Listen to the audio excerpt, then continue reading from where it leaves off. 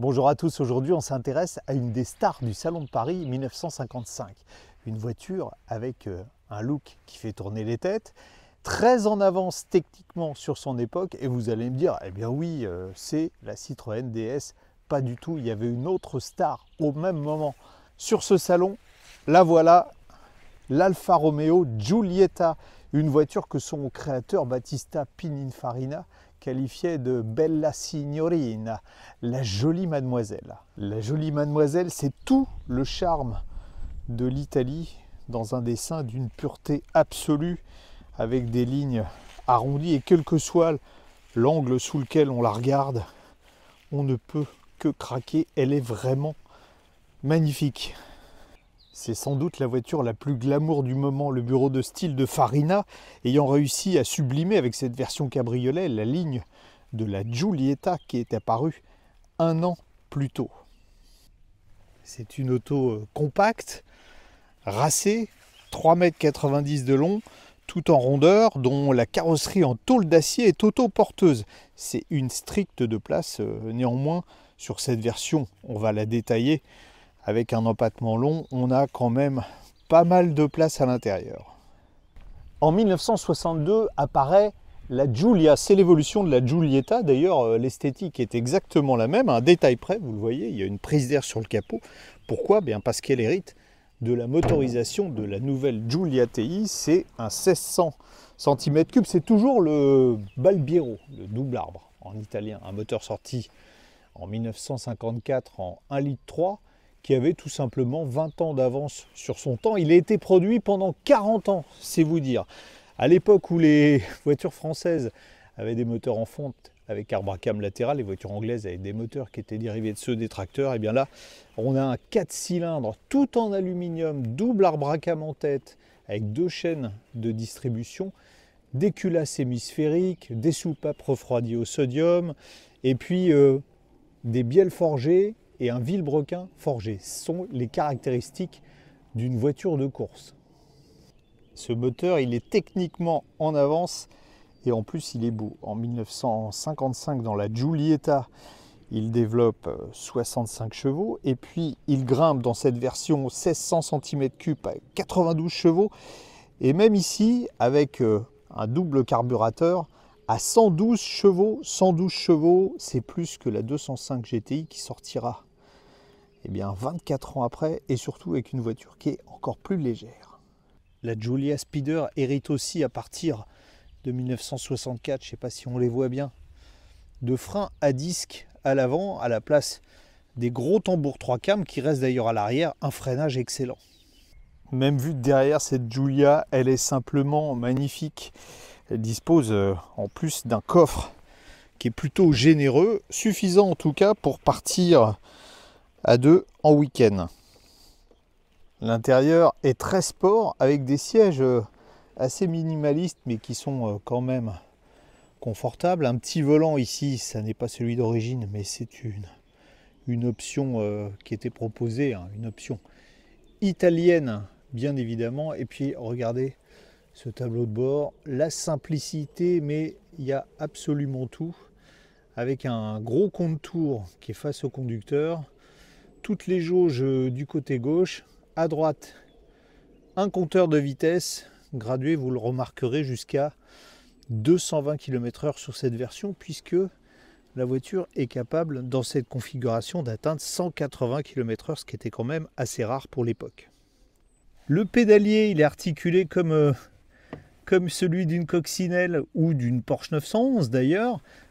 Le freinage n'est pas assisté, mais c'est pas grave puisque la voiture est légère et que les freins sont très puissants. Le souci du détail est extrême. À l'époque, on savait faire chic. D'ailleurs, il y a du chrome à peu près partout. Dès qu'il y a du métal, il y a du chrome. Dans les défauts de la voiture, mais est-ce un défaut? La capote n'est pas pratique à mettre en place. Je vais d'ailleurs pas vous faire la démonstration, mais elle a l'avantage par rapport aux roadsters britanniques qui n'avaient que des bâches légères, au moins de vous garder au sec. La mise en route de ce Balbiero réclame un peu de doigté, voilà.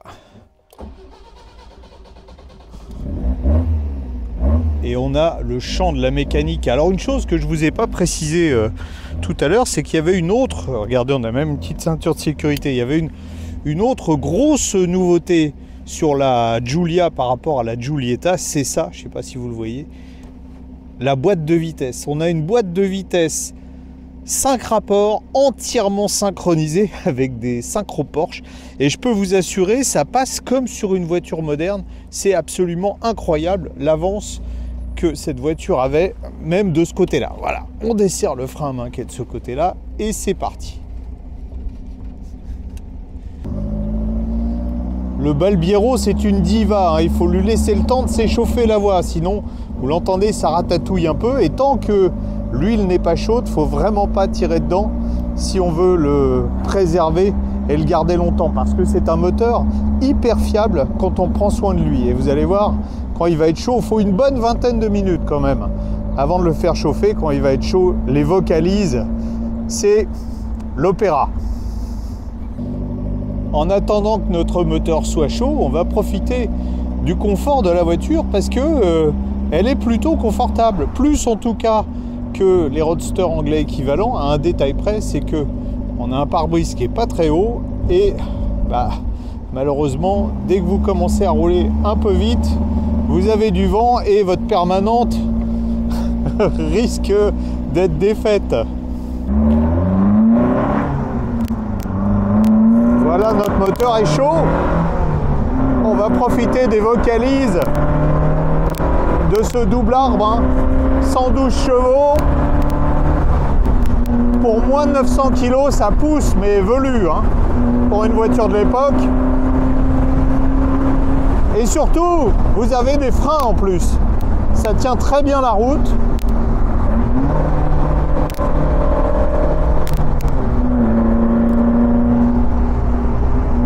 Une voiture de course déguisée en diva.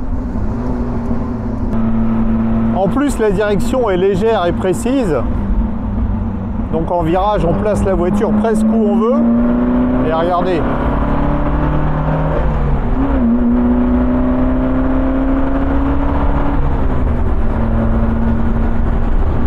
C'est un vrai jouet, cette voiture.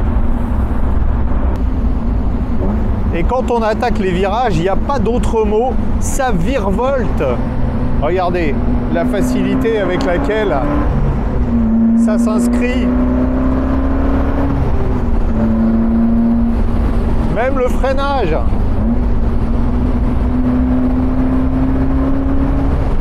Et à partir du moment où le châssis a été refait, vous avez une tenue de route qui est vraiment impeccable. Malgré un essieu arrière rigide, mais qui est très bien guidé. En 1955, au Salon de Paris, il y avait donc deux options. Il y avait d'un côté la DS, voiture familiale, protocolaire, on va le dire, hein, pas très fun à conduire, avec un moteur à son lancement qui était un petit peu antique, et surtout moi qui m'a filé mal au cœur à chaque fois que je montais à l'arrière. Et de l'autre côté, peut-être plus discrète, mais je trouve bien plus flamboyante, cette Alfa Giulietta avec l'évolution Giulia. Là, c'était la Dolce Vita, la voiture plaisir à conduire. La 205 GTI, 25 ans avant l'heure, et ça reste aujourd'hui une voiture pétillante. Il n'y a pas d'autre mot. Alors, on peut trouver, les prix ont baissé en ce moment, on peut trouver des Giulia comme celle-là en très bon état aux alentours de 70 000 €. Alors, je vous parle d'un modèle qui a été restauré avec une mécanique refaite et qui est pas état concours, mais pratiquement. À l'époque, ça valait quand même 32 000 francs, c'était extrêmement cher. Alors aujourd'hui, ça peut sembler onéreux, 70 000 €, mais quand vous regardez par rapport aux roadsters anglais qui sont à peu près dans la même gamme de prix, on a une voiture plus originale et plus sympa à conduire, ça je peux vous l'avouer. Et puis si vous comparez à la Porsche de l'époque, la 356 qui en version cabriolet au Speedster dépasse les 300 000 €, vous voyez que finalement le rapport prix-plaisir est pas si exagéré que ça.